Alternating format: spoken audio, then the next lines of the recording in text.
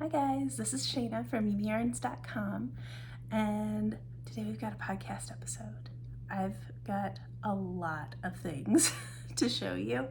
I know I missed doing the podcast last month. It was a very busy month. I helped out with VBS at our church. I got to lead the preschooler crafts, which was really fun.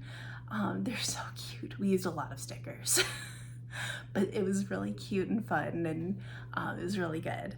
And then I got to help out with the older kids, but I didn't have to wrangle all the supplies and projects and everything for the older kids, which was nice. If you're new to my channel, I'm Shayna. I talk a lot. I run YumiYarns.com, and I create the patterns and all the stuff like that on there. Welcome to my channel. I'm still kind of getting the hang of this whole podcasting thing, so sorry if I'm a little scattered. Also, my baby is sleeping, which is amazing. Nap time is the best time of the day. Just kidding. I love having him with me, but he is very, very busy. And so it's nice having a little bit of a break to actually do some yarny things. And then my older child, who does not take naps, is very busy playing Legos in his room because I told him he could do Legos instead of school while I'm recording. So he was super excited to be very quiet in his room playing Legos. Anyways, let's get to the knitting stuff. So very first thing, I'm really excited. I released a pattern last week along with a Knitting 101 course on YumiYarns.com. It's all free. The pattern is free, and I'm very pleased with it. I've always been opposed to having knitters start with a scarf because it's a big project. Usually they get burnt out. Sorry, there's a fly. Usually they get burnt out before they get very far into the project, and then they just kind of give up. And then they don't know what to do with it because it's made out of acrylic generally, and you can't like bind off and use it as a dishcloth. I mean, you can, but they're kind of weird if they're made out of acrylic. They don't work very well. So it's just kind of defeating to be a new knitter and spend an eternity on your first project, and then usually it's always kind of wonky anyways. So initially when I was putting together this course, I thought I was going to design a dishcloth type pattern so it's fast and easy, and but I don't know how many people want to start with a dishcloth. I know it's very practical and everybody can use them, but thinking back to like when I started knitting, I did not want to knit dishcloths. I thought that was lame, to be honest. I don't think so now, which you'll see later on when I talk about plans for the future. But I was trying to think of like the mentality that I was in as a beginning knitter, and I wanted something cute and fun that I could wear and show off what I had made. And so I did kind of go back to scarf, but it's not your typical beginner knitter scarf pattern. So it is very textured, and it's kind of like a sampler scarf. And I just did mine in a basic cream color. It's in Mighty Stitch from Knit Picks, which is a really nice acrylic wool blend, to be honest. Like, I really like this one, and it's about $5 for a ball, and the scarf only takes one ball. So that's really handy, because I know when I started knitting too, it was something where I was really cheap. I'm still kind of cheap with things sometimes, but especially when I was starting to knit, we had just gotten married. I picked up knitting as kind of a way to have something to do when my husband was at school or at work and I wasn't. And so I wanted to learn how to knit. So I learned how to knit and then proceeded to buy a lot of really, really cheap yarn just when I needed it for projects. Like, I was very much for probably the first couple of years I knit, I only purchased yarn for the projects as I was knitting them. I did not have a stash because I didn't have a budget for one.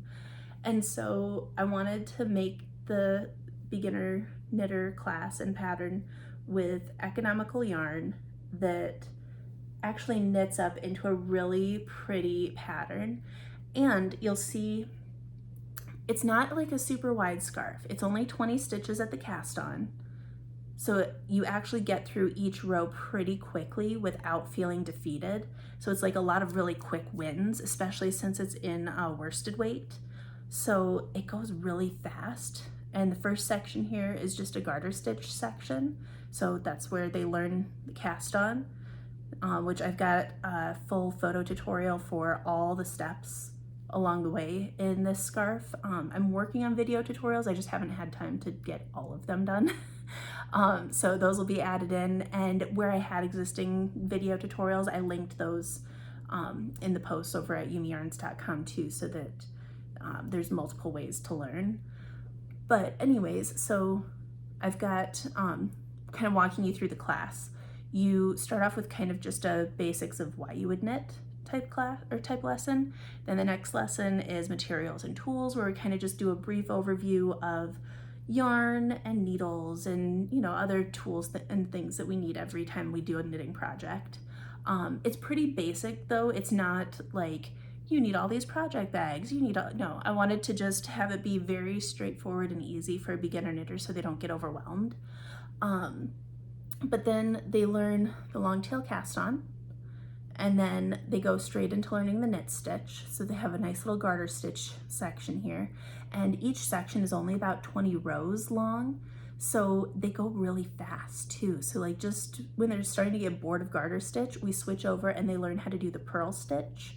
So they can create this section here where it's a 4-row repeat. So they also learn how to read a pattern that has repeats in it. And for you experienced knitters, you can probably tell it's knit 1 row, purl 1 row, knit 2 rows, and that's what gives us these horizontal garter stripes. And then that's again about 20 sections, and then it's just another repeat of rows 1 and 2. So again, they kind of learn how to read a pattern that has that in it. Because, you know, it's all these little things that as more experienced knitters, we don't really think about. But it's really handy for beginners, because like I remember one of the first patterns that I was working on, thankfully it was in a class, so I had a teacher I could ask. The pattern just said SSK. And then when I looked at the Stittionary thing, it just said slip, slip, knit. And as a beginning knitter, I was like, I still have no idea what I'm supposed to do here. What do you mean slip, slip, knit? Do I just slip 2 stitches and then knit the 3rd one? I don't understand.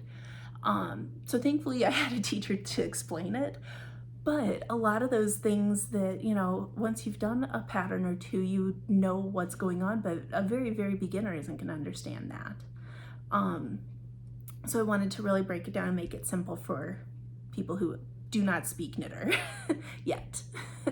And then the next section is a seed stitch section, which is just an alternating knit 1, purl 1 pattern. And the reason we move into seed stitch then is so that they can kind of see how the stitches work together. And it kind of gets them to begin reading their knitting a little bit, because they'll notice as they're looking at like the purl bumps, those are the stitches that they'll knit on the next row. They may not pick it up right away, but it's something that's where seed stitch and moss stitch are really, really good. Same thing with ribbing, but I didn't want to do ribbing in a scarf because it would suction in and look weird. But yeah, just kind of slowly building our skill levels as we go. And then they just repeat those same 3 sections for a while. I think I did 6 full repeats, and then at the end I ended with the seed stitch, but then did 1 last section of garter stitch, and then we did the bind off, and all of that's written into the pattern too, so that they can make their scarf look exactly like this. And I wanted to end with the garter stitch so that you have kind of matching endings, like so it looks intentional as an ending and not just like, oh, I'm done, I finished, I ran out of yarn. And I know, you know, I know that there's ways to make the edges look more clean and different things like that. I do think that adding like slip stitch edges and things like that for somebody that's like new, I don't know that that's necessary. They can add that into their toolbox very soon after they start, but I didn't want it to be too much. I guess I kind of also was thinking, like, I do a lot of craft projects with my 10-year-old as part of his homeschool extracurricular art projects. And it's very different teaching a 10-year-old how to do knitting and crochet than it is teaching an adult. And so while an adult might be okay with like adding in slip stitch edges to a beginner scarf to give it a clean edge, a child, that might be too much information on one row. Like, you know, and even some adults will struggle with that. Like, it just, everybody's got different learning styles. And so, like I said, I really tried to think back to where I was at when I started knitting and the experiences that I've had with teaching my 10-year-old how to crochet and knit and things like that. And so I tried to really make it very user-friendly, but still a very pretty, fun project that is still actually very potato chippy, and I really enjoyed making the sample, to be honest. Like, I kind of want to make a couple more as Christmas gifts, because I think the whole thing took me like 3 or 4 days, beginning to end. And as soon as I showed my younger sister, right away she was like, oh, our cousin would love that. Like, it was very fun. But I was just going to show you here too. This is how I'm tying it. Since it's a little bit thinner scarf, I know sometimes these types of tutorial walkthrough things are helpful. So you crisscross, and then the one that's crossed in front, if you pull it up from behind and kind of straighten it, you can adjust it. But then that way it lays nicely, and you can see the right side of the fabric on both sides of the scarf tail. Yeah, and I'm very excited to wear it this fall. I've got kind of this dusty olive blazer that I had with it with a black t-shirt in the pattern photos, and I'm super excited for that outfit for this fall, to be honest. I've had that blazer since like high school, I think, and it's very worn, but I absolutely love it. It's like a twill material, and it's just one of my favorite pieces, especially come fall. It's just so perfect. And I really like the width of this scarf. I like the weight of it, and the length of it is actually really nice too. When I have it on, I know you can't see it because I'm sitting, but when I have it on, it hits about at my waistband of my pants. I have a longer torso, so that might change for other people, but yeah. Very excited about this pattern release. It's the first one that I've done in a long time, so it was nice having something that was kind of easy, but also like was very involved because as I was knitting the sample, I was also creating all the tutorials and posting them and everything. So all the photo tutorials that are in the class lessons are like basically real time.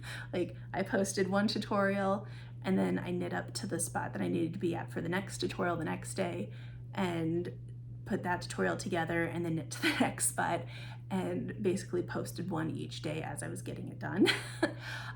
Which I know my husband does not function the same way as I do, and it super stressed him out. But it seems to be the way that I work best. That's what I did with my sock tutorials also.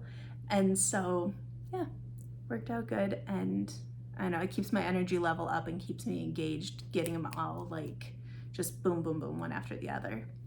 So that is, and I don't know if I said the name. This is actually, it's just called The Simple Scarf by Shayna Scott, YumiYarns. It's over on YumiYarns.com and Ravelry. It's free. You do have to subscribe to my newsletter to get it for free, but I mean, it's not that big of a deal. Or you can just buy the pattern for $5, but I don't know. that I'm trying to come up with a good system for pattern pricing, because there've been a lot of discussions in the knitting community about it, and maybe that's what we will talk about in another video this month, is kind of like the pricing and inclusivity, and not just in our area but worldwide. It's been an interesting discussion on Instagram and online amongst designers, so I would like to have a chat with you about it, and kind of get your feedback on and thoughts and stuff too. Anyways, so that was my finished object. I think that is my only finished knitting thing from the past 2 months.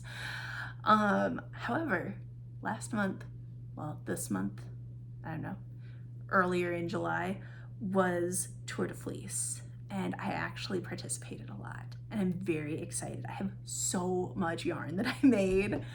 I don't know that I've ever spun this much since I got my wheel. I'm very excited too, because I finally feel like I get it, and like I can kind of get into a rhythm with my spinning and actually like make yarn that I'm proud of.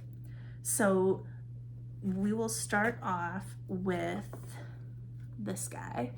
So this is the first skein that I made for Tour de Fleece. And if you don't know, oh gross, that's just paper.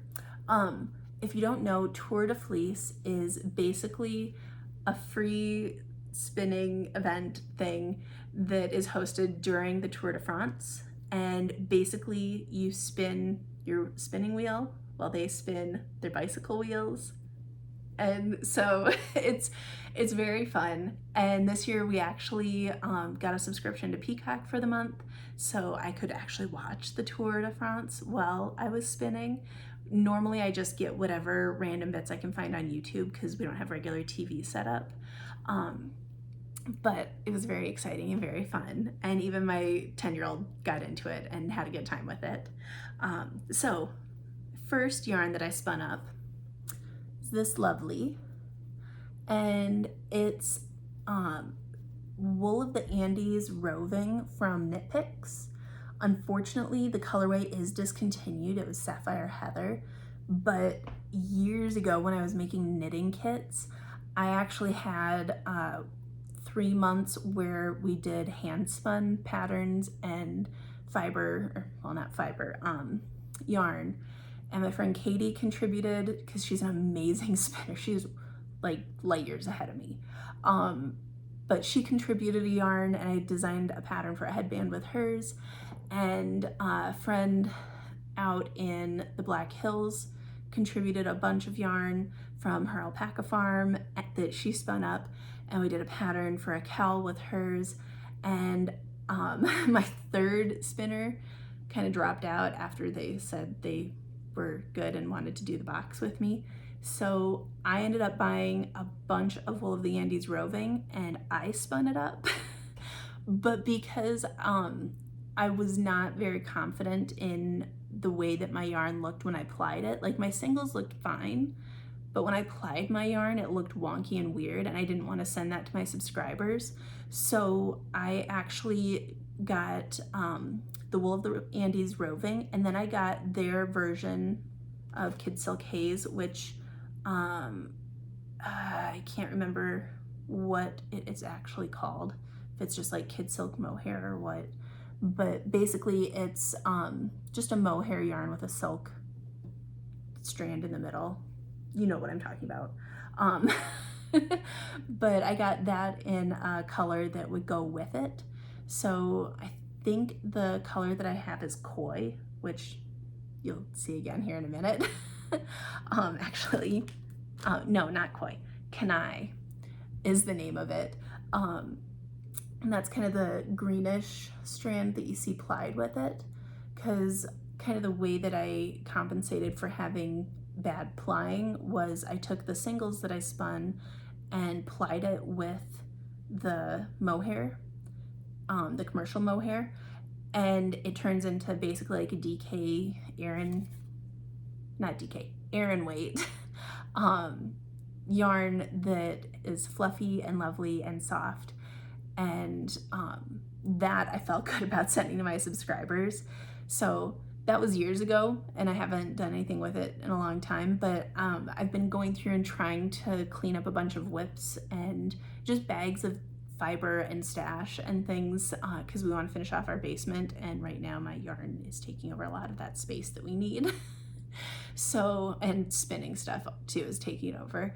So I'm going through, and my goal for Tour de Fleece was I had 7 projects that I kind of set aside that I wanted to spin up during Tour de Fleece. I got through a lot of them, and this was one of them. So I had, from back when I did the boxes, I had a few bumps of the roving left, of that blue roving, and I had 2 balls, I think, of the mohair. And so I just took and I spun up singles and plied it with the mohair as my very first skein, because I knew it was going to be kind of like an easy win. Like, I knew I would like it and it would be good. And I am really pleased with it.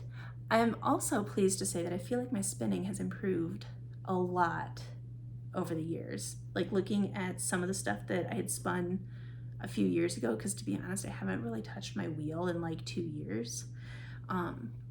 So this was really a nice surprise, because this one actually turned out really good. Like, I'm excited to make something with this. I think I'm gonna make another snow spell scarf, which is actually the kit, the design that I made for the yarn that I had spun up for the kits.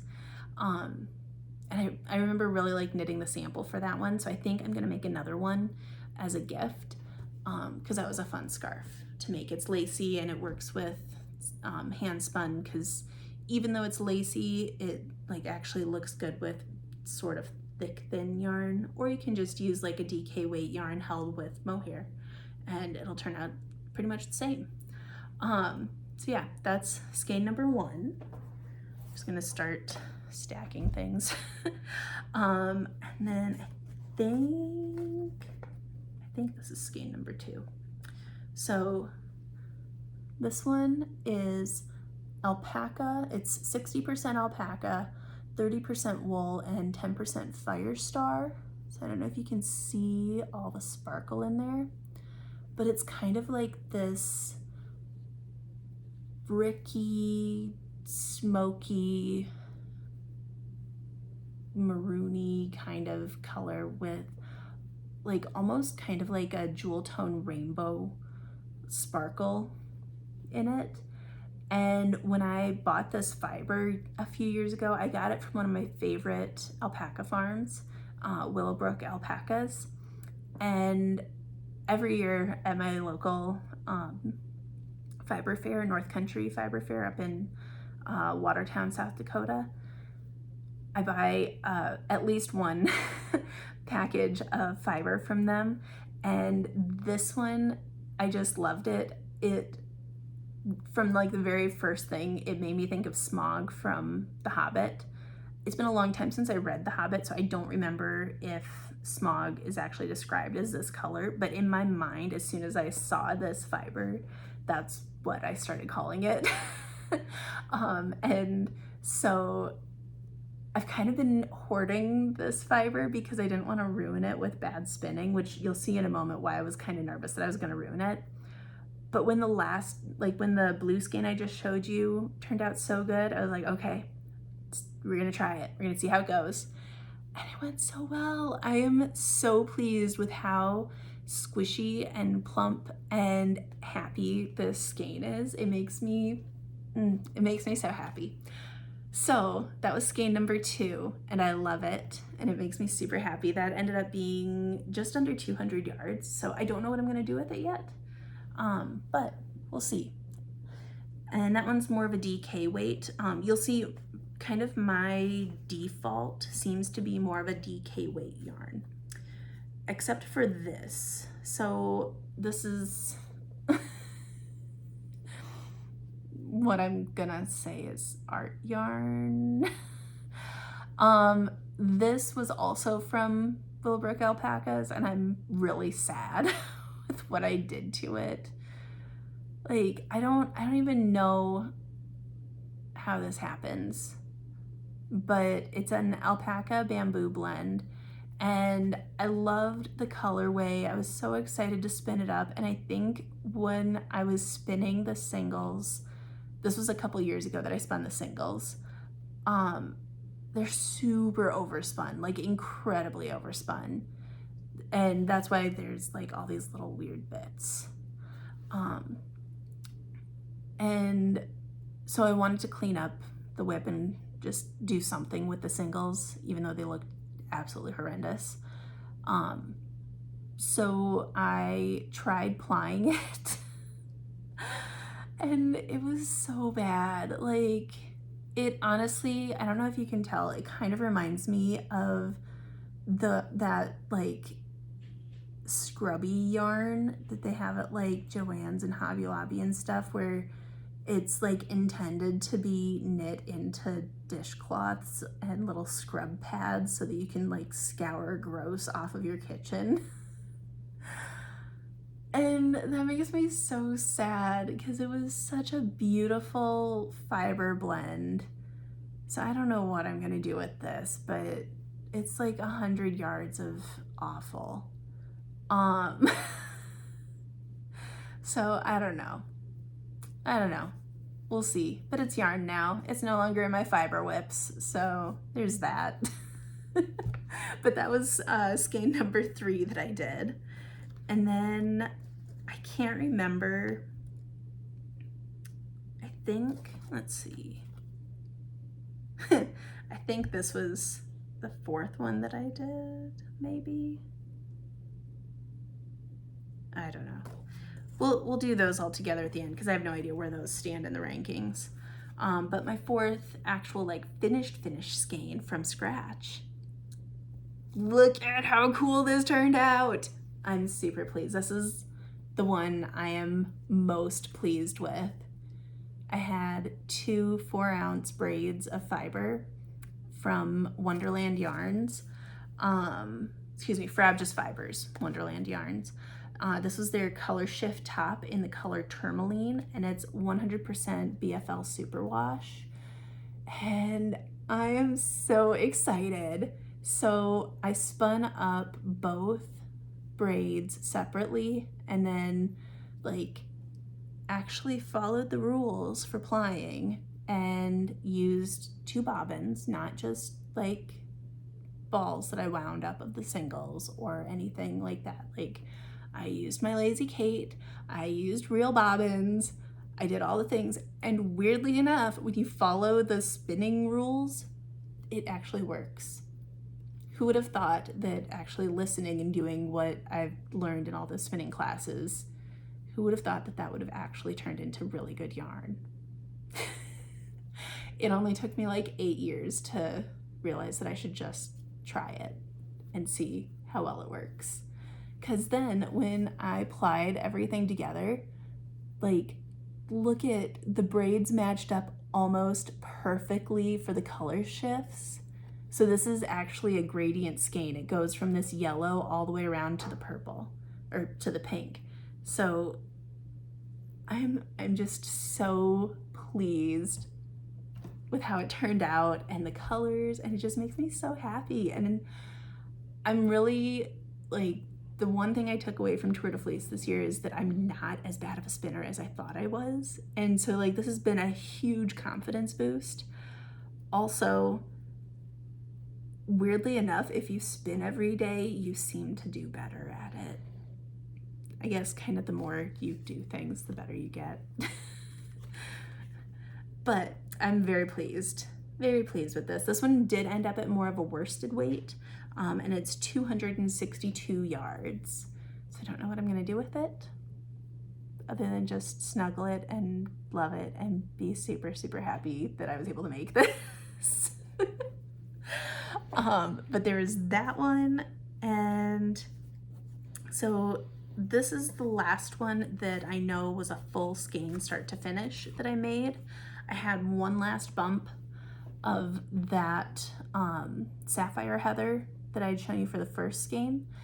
And I decided that since my other two start to finish skeins had turned out really well. I would try just spinning this one up and plying it on itself, and it actually turned out really good. So like I feel like a real spinner now. Like I feel like I can confidently make yarn that I actually want to knit with. Before I just kind of figured I was having fun spinning, and I don't know, maybe somebody would want to take the yarn I made because I wasn't planning on knitting it at all. Because to be honest, most of my hand spun turned out similar to this nonsense. Which look at the difference between those two. This is much better, much happier. This one ended up being about 100 yards even. So there's that one. Again, not sure what I'm gonna do with it, but I'm pleased with it. And yeah. And then I had a few little odds and ends left over. So when I plied that last skein, I had just a little bit of the blue left over, and I had a little bit of the yellow left over from my gradient skein. So I plied those together and just got a cute little mini. I think it's, yeah, 20 yards. But, and I think it's about a DK weight again. But it's kind of fun, you know, two almost completely tonal yarns that are a bit separate, twisted together. So that was fun. And the one of these I spun up during Tour de Fleece. This one. It wasn't start to finish though. So I have been working on this spin for probably like 4 years. One of my friends dyed up this Cormo roving that actually was grown by another one of my friends that raises Cormo sheep. And the friend that dyed it, she does natural dyeing. I can't remember what she used to get the pink, but it actually is this color. It's like a lot of different shades, and she sells it in clouds, so it's just like this big bag of pink cotton candy fluff. And my plan, again, because for the longest time I've been very unconfident in my ability to spin usable yarn unless I plied it with the mohair. My plan was to spin it up and do some sort of sweater out of it.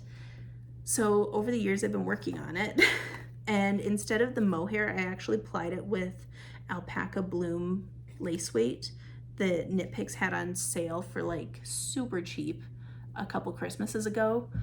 It's a super light pale pink yarn that is 91% superfine alpaca and 9% nylon. And it's really fluffy and I really like it. And I do actually really like it plied with these singles. So I plied this one up at some point during the tour when I needed a break from other things and just wanted to clear some things off. I think it was when I was trying to clear the bobbins off to actually start doing regular plying. I think that's when I spun this up because it was on one of the bobbins. But then I've also got these ones. So now I have 4 skeins of this guy.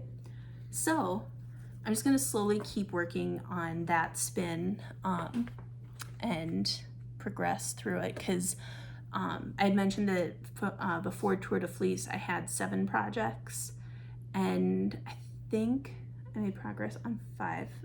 So I've got 5 skeins that I finished, and then I had 8 projects, not 7.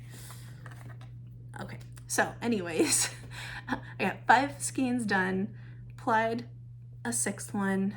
I still have this to ply up, and I still have a lot of pink fluff in the bag, so that's going to be an ongoing project.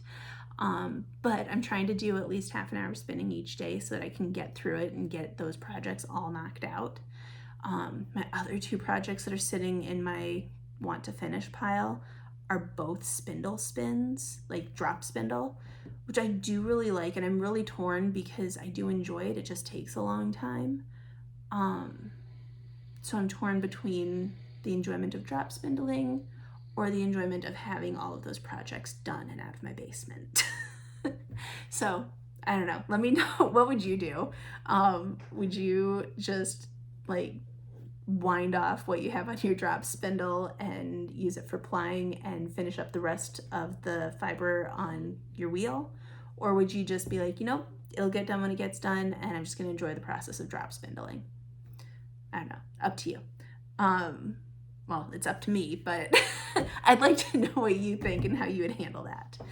And then that, let's see, I think that's like all my finished things. So next, oh no, so this one kind of ties in with another story. I'm gonna keep this one for whips because it's still kind of a whip. So let's move on to whips. So last podcast I was busy knitting this beautiful sweater. It's the Apothecary Sweater by the Petite Knitter, and I am so close to being done, but at the beginning of July it went in timeout because I was trying to get it done in June, and I attached the first sleeve and I tried it on. It is huge. It is so big, oh my goodness. So I was knitting it oversized, to be honest, because I wanted it to be this big cozy sweater. This thing is so big, oh my goodness. Like it is ridiculous. It comes down to like mid-thigh and the sleeves, to make the sleeve fit like a normal sleeve, I had to roll it like 3 times. It is so big, but it's also knit in unspun wool, which does not like being ripped out. So it has been in timeout for a while, like a month a while, because the Spill the Tea knit along from Marie Green started, and I used that as a distraction because I was very excited for that one and very angry at this one. I guess not so much angry, just kind of like, wow, that's a lot of knitting and a lot of yarn. So I did come up with a plan though for what I'm going to do, and now I'm excited about it again. And hopefully I'll have it done for the next episode. Hopefully this will be one of my finishes next time, because the plan is I'm gonna finish it as written.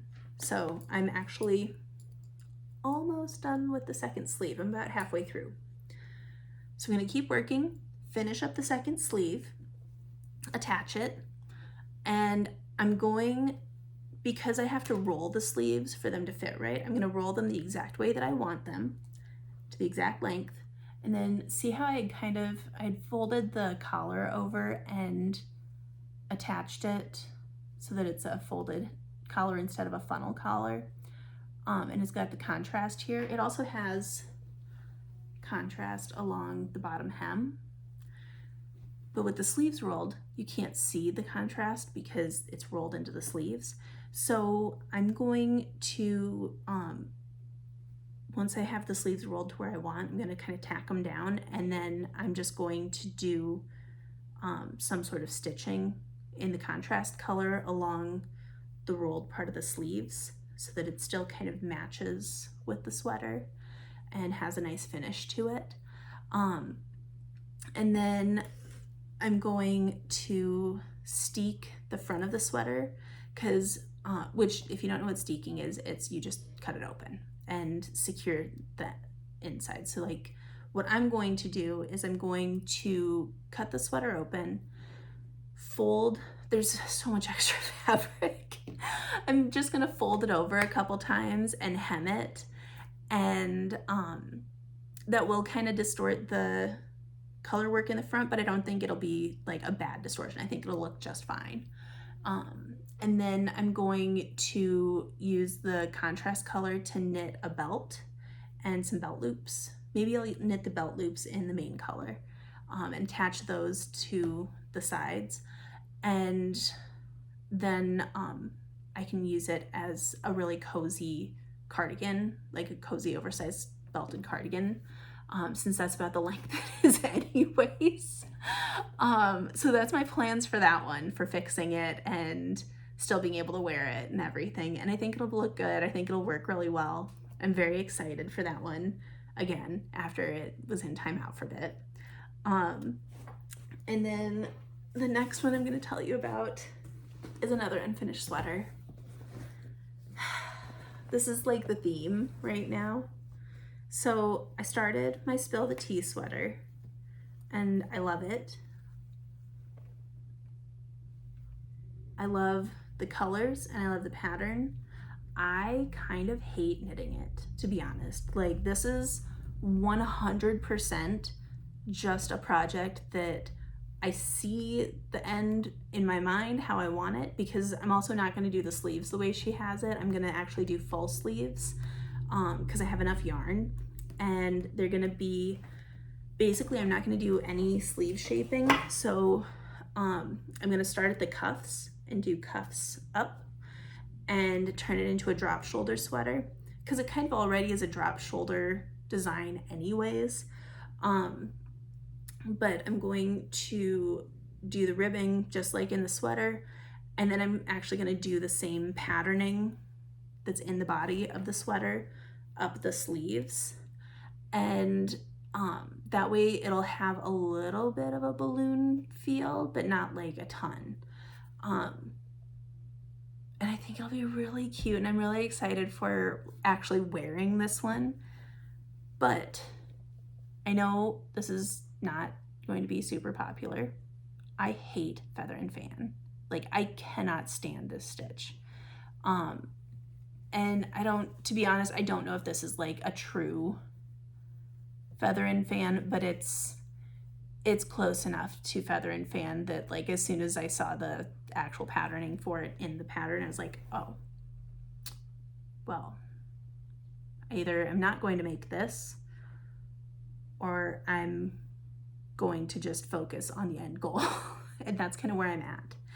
However, this is the second pair of needles that have broken in this pattern. And I'm not a tight knitter. I'm a super loose knitter. I usually go down 2 needle sizes. This is actually 2 sizes smaller than the recommended. The first pair of needles that broke was the size that should have been for my body of my sweater. This is actually the pair that I had for my ribbing. So the one that broke first was my 2.5 millimeter needles, and this is the 2.25 millimeter. So a US 1 for this and a US 1.5 for the other ones. And they have both broken, and I'm not super happy. Like, I've had wooden needles break before, and it sucks every time. So I'm really frustrated because I actually, like, once VBS was done and the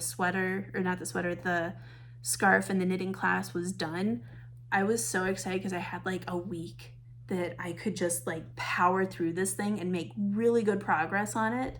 And the first night this happened. So not pleased with that. So that is still in the whips pile, and right now it's in timeout. I will pick it up before too long, probably later this month, but if you couldn't tell, right now I'm still pretty emotional about it. But with that happening, I needed a few quick wins. So I went through a bunch of my whips, and I actually had done this a month or so ago, where I took a whole bunch of my projects that are down in the basement and I sort of categorized them. So like, I put all my spinning projects that I wanted to tackle first into one area, which is why when Tour de Fleece came up, I had exactly what I wanted to work on. And then I did kind of the same thing with a bunch of my knitting projects.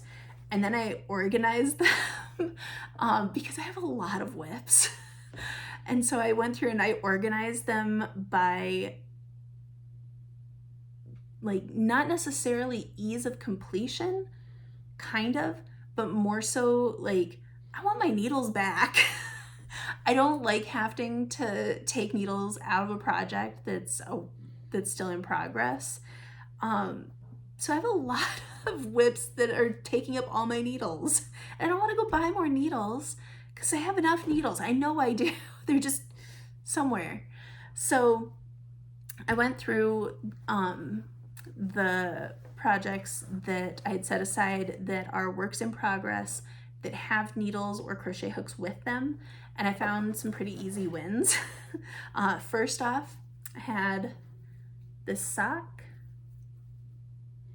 that originally was supposed to be for my husband, but it was too skinny for his foot, so it didn't fit, and I was really disappointed because I had been like powering through knocking this out, and then it didn't fit, and then I was angry. And then he, at that time, he did not want me to give it to our son that it did fit, sort of. I mean, he could have grown into it at that point because they were supposed to be his socks.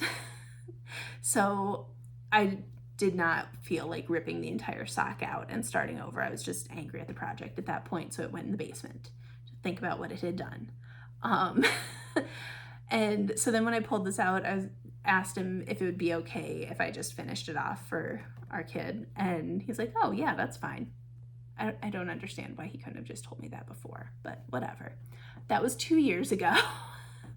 And so when I pulled it out and he said it was good, all I had to do was knit like 4 rounds and bind off the toe, and that was it.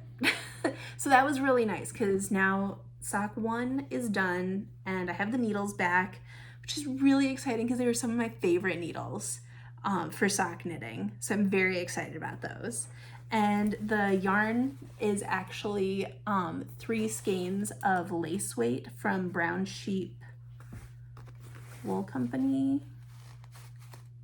Brown Sheep Company.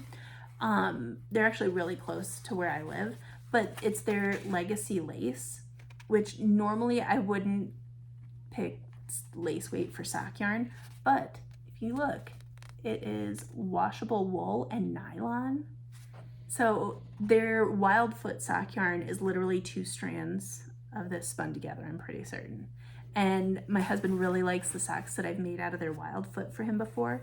So when my LYS was closing a few years ago, I bought so much of this yarn. I have probably like, I don't know, like 20 or 30 different skeins, something like that, of this lace weight. But I got it because, and I got in a bunch of colors that look good together so that I can hold 2 strands and marl it. So like this one, the heels, toes, and cuffs are the blue and the black held together, and then the body of the sock is this green held with the black. Hopefully you can see that. But yeah, very fun, super easy, quick win, made me happy. And now this one can move from my collection of whips with needles in them to my collection of whips without needles in them, which I'll tackle later on when I feel like casting on another sock for that one. So that was done. So that's, I'm still kind of counting that one as a whip. And then I don't know where frogging should land in this whole lineup of things, but we're gonna throw it in here. So I rarely frog projects. Like, it does not happen very often at all. But as I was going through and organizing my stuff, there was a few things that came up that I was like, you know, no, I don't want it as that thing anymore.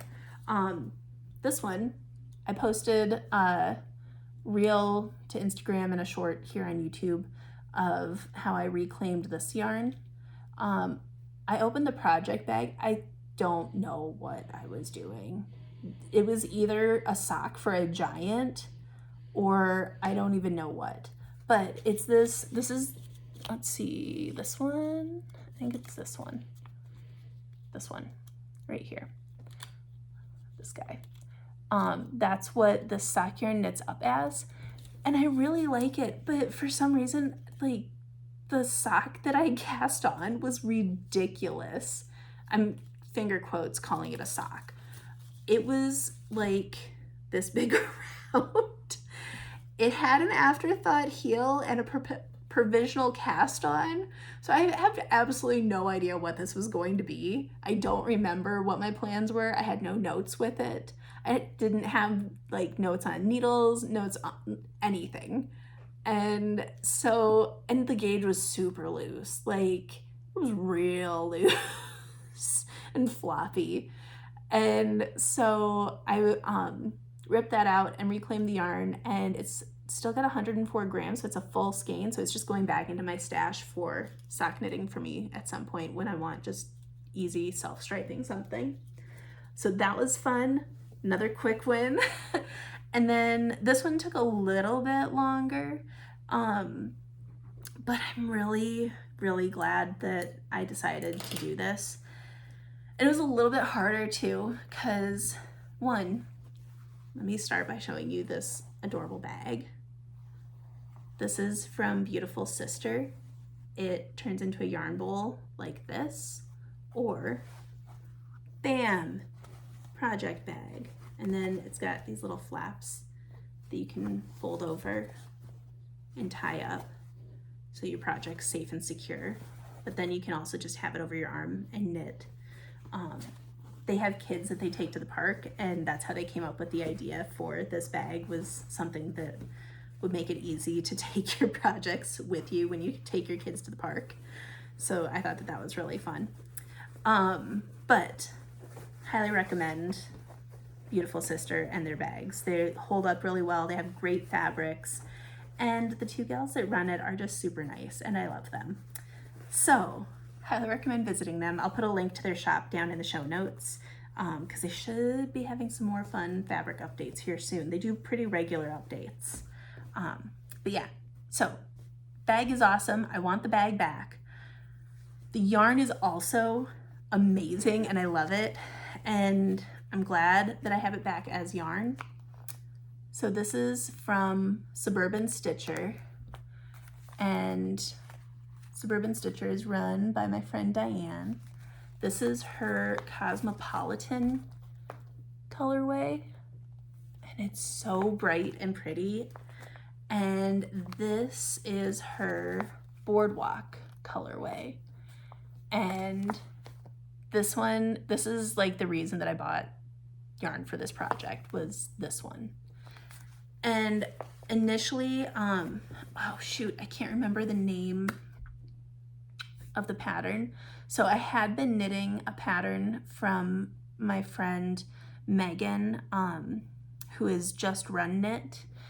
She runs the Stockinette Zombies, well, her and Amy run the Stockinette Zombies retreat in Rochester and the Stockinette Zombies podcast on YouTube.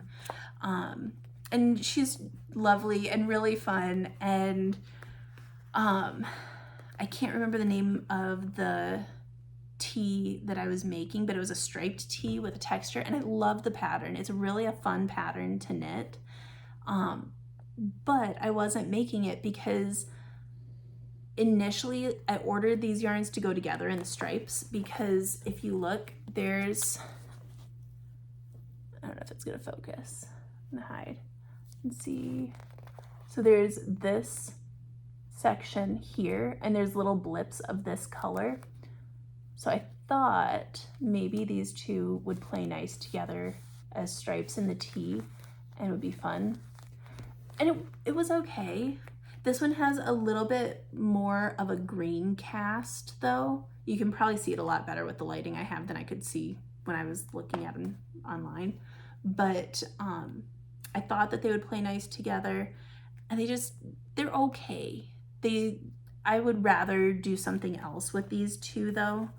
And and get maybe like a light blue or something, or like just a straight up tan or cream or something to do this one, and then do that same tee that I was working on so that it's a much more subtle striping effect, because it alternates between lace and garter stripes, and it's really pretty. A lot of people used like high contrast stripes, which is why I thought this would work well, but I don't know, I wasn't loving it, and that's why I wasn't knitting it. So plans are probably get something to go with this to try the tee again and make it with this and something much more subtle for like more subtle stripes. And then this, I don't know what I'm going to do with, but I still really love it. So we'll keep that on the table for something. But I'm glad that I ripped it out and that I have the yarn back, and I have the needles back, and I have the stitch markers back, and I have the bag back. And yeah, so that's been part of the fun part of this process of cleaning up my stuff and going through projects and everything, is kind of reclaiming my craft supplies from the land of forgotten projects. So there's that. And I think that is it for my frogging. I've got the last little section here is upcoming projects. So like my plans going forward. I'm going to continue working on the whips. I have the next project from the basement that I'm going to finish. I guess this still counts as a whip. I should have shared it earlier. But I kind of forgot that I made this while I was pregnant. I made it for my youngest, who is 1.5 years now. And I made it while I was pregnant with him.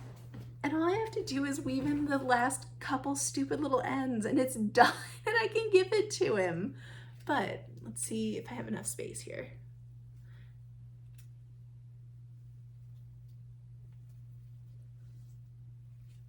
Oh, and it's upside down.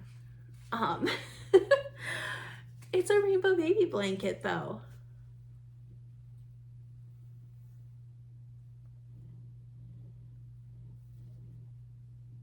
And I think it's so cute. I'm really pleased with how it turned out. I'm not pleased with my stupidity for not carrying the yarns across the back and cutting them every time. So there's not a ton of ends to weave in, so I'm gonna knock that out, I think, today.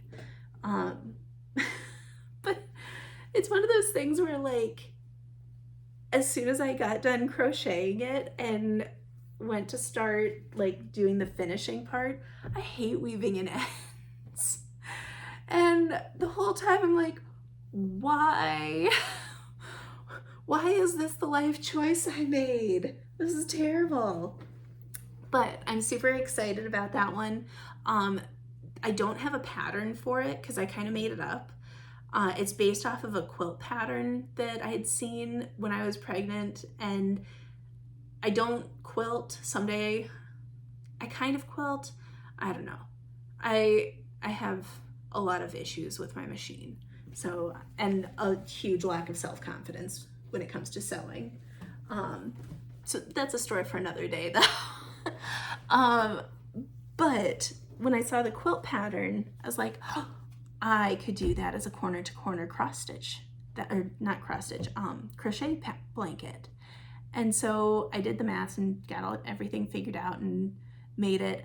And it's a really nice size. Like, it would fit him like perfectly right now. So I'm very excited because he actually really, really likes very snuggly things. So I think he will love it. So that is the very first thing I'm gonna try to finish up here. And then all of my washcloths that I made a few years ago, like actually a decade ago, because I made them when I was on maternity leave with my first son, who's 10. They're all starting to wear out, weirdly enough, after all this time. So I bought a cone. I should have taken it out of the plastic so you could see it better. I bought a cone of Dishy from Knit Picks when they were having a big sale, and Dishy's a really nice yarn. If you haven't tried it, it's really cool. It's your basic like cotton yarn. It's not mercerized, so it's great for dishcloths and stuff like that. This is the Kenai color, so it's literally the same color as the mohair that I spun. So apparently I like this color, but this one's really fun. It's pretty. Hopefully it doesn't stain the rest of my towels. I'm gonna wash it separately the first couple times to make sure. And I'm trying to decide if I'm going to do just plain garter stitch washcloths like I did before. I have a free washcloth pattern on my site that I haven't made in years, so I could try that with this yarn and see how it goes, because it was a very different yarn that I used for that design. Or I could make some new designs and just kind of play around. I mean, they're just washcloths for my house, so it might be kind of fun just playing with stitch patterns and seeing what I come up with. If I do that, we'll see. Maybe I'll do like a dishcloth collection or something, and I don't know. We'll see how that goes. I'll keep you updated. Watch my Instagram to see what I end up doing. I'll also post into the community tab here on YouTube about big news things like pattern releases and stuff like that. Or you can join my newsletter and then just get a weekly update of what's going on.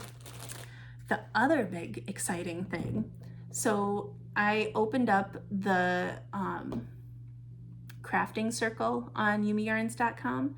Basically, it's just a forums for us to chat and talk. Right now, I just have the knitting section open, so the knitting circle is open if you want to come and hang out and chat with us and show each other our projects and everything. That would be really fun. I'd love to see what you guys are working on.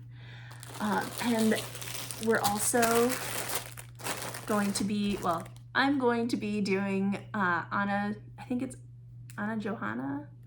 I don't know how to pronounce her name correctly. Or Anna Johanna, I'm not positive. But she's really super sweet, and she runs a mystery sweater knit along every fall. And this year's sweater is called Neon Knots, and it's a fingering weight cabled sweater, like all over cables.